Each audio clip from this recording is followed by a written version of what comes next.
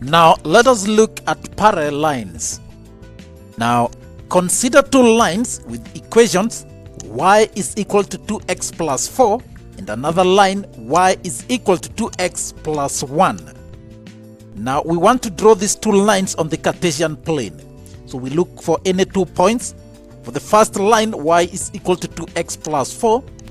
We pick minus 3 and 0 for x and then calculate the corresponding values of y. So when x is minus 3, y will be, that is minus 6 plus 4 is minus 2.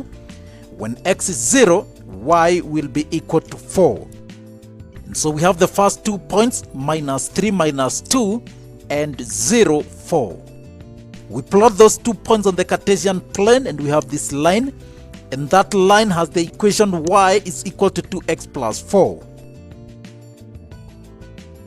For the other line, y is equal to 2x plus 1, we pick 2 points, 1 and 0.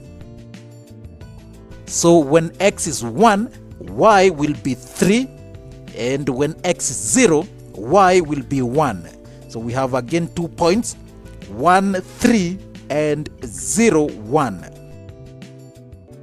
Again we plot these 2 points on the Cartesian plane and we have this graph. And this line has the equation y is equal to 2x plus 1. Now notice that the two lines are parallel. Also notice that both lines have the same gradient, 2. Therefore, parallel lines have the same gradient. Conversely, lines that have the same gradient are parallel. And so we say in parallel lines, gradient 1 is equal to gradient 2.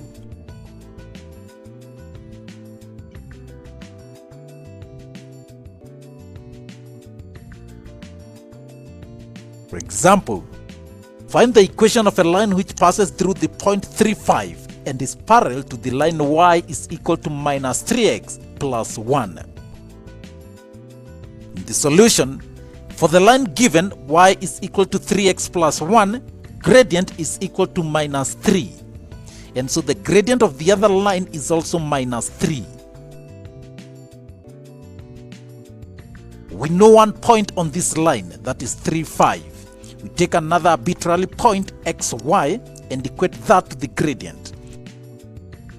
Y minus 5 over x minus 3 is equal to minus 3 over 1. Cross multiplication, y minus 5 is equal to minus 3 times x minus 3. That gives us y minus 5 is equal to minus 3x plus 9. That will give us y is equal to minus 3x plus 14. Notice that the gradient of the second line is the same as the gradient of the first one. Another example, a line through the point minus 2, 4 and 3, 5 is parallel to the line passing through the point A6 and minus 4, 1. Find A. The gradient of line 1 with the points minus 2, 4 and 3, 5 is 5 minus 4 over 3 minus minus 2, and that gives us 1 over 5. That's gradient 1. Line 2 has the same gradient. We have points A6 and minus 4, 1.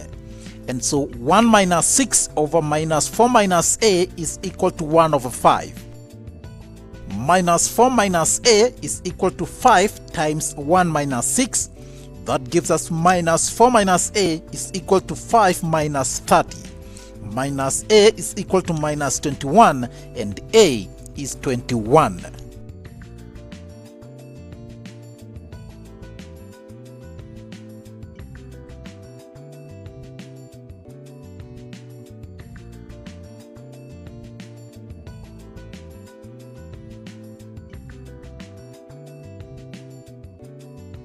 Lastly, perpendicular lines. Now consider two lines, y is equal to 3x minus 2 and y is equal to minus a third x plus 1. Let us plot these two lines on the same plane. We get the points first. For the first equation, y is equal to 3x minus 2. We take two values of x. I'll take 0 and 1. When x is 0, y will be minus 2. And when x is 1, y will be 3 minus 2, 1 as well. And so I have 2 points, 0, minus 2, and 1, 1. So when we plot these 2 points on the Cartesian plane, this is the line we obtain. And the equation of this line is y is equal to 3x minus 2. Next line, y is equal to minus a third x plus 1. I'll take the values of x, 0, and 3. When x is 0, y will be 1. When x is 3, y will be 0. And again, I have 2 points, 0, 1, and 3, 0. And again, when I plot these 2 points, this is the line I obtain. And the equation of this is y is equal to minus a third x plus 1. We notice that the 2 lines meet perpendicular to each other. Also, there is something about their gradients. The gradient of line 1 is 3, and that of line 2 is minus 1 over 3. In general, if 2 lines are perpendicular to each other, the product of their gradients is minus 1.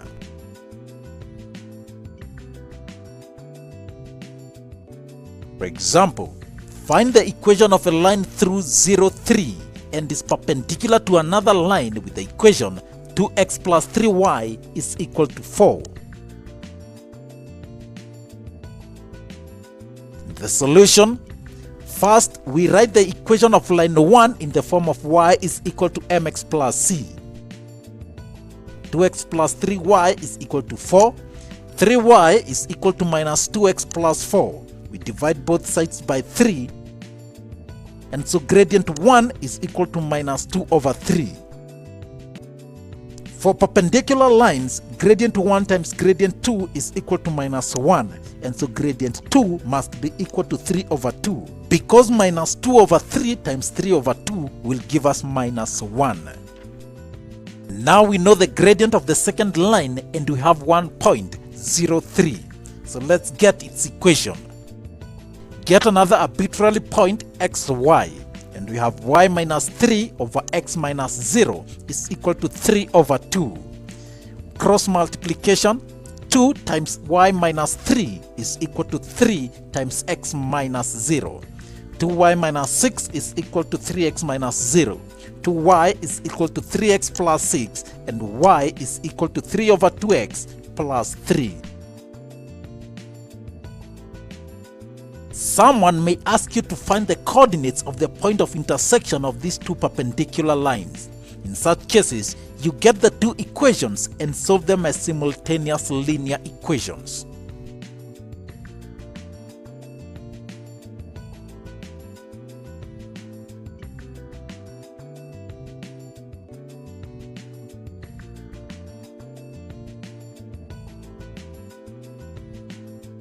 The way we teach it in university and in high school as well, and colleges, is if you fall behind, you're in desperate trouble. That if you miss a class or miss an idea or don't do your homework, you go to the next class and the teacher assumes you know it, but it's like Greek to you. And so the biggest challenge is not falling behind, and the strategy is do whatever needs to be done so you don't fall behind. Seek help wherever you can find it, from students, from student help centers, from the teacher, from the teaching assistant, wherever you can get it. Because if you fall behind, it's like you're missing a floor in the building, you're missing a brick in the wall, and you just can't build the second floor without a good understanding of the first floor. It applies course to course, it applies class to class. Miss a class, 1 class, maybe that's fine. Miss 2 or 3 for whatever reason, the rest of they're speaking a foreign language for you, and you just have to make it up, or going to class has no point. If you don't go to class, it just gets worse. It snowballs, and once it starts going downhill, you're in trouble. And so the biggest secret, or the biggest piece of advice, is get help early from as many people, and there's lots of sources for help, that other students in the course, teachers, etc. And so go there for it, and go early, and go as often as necessary.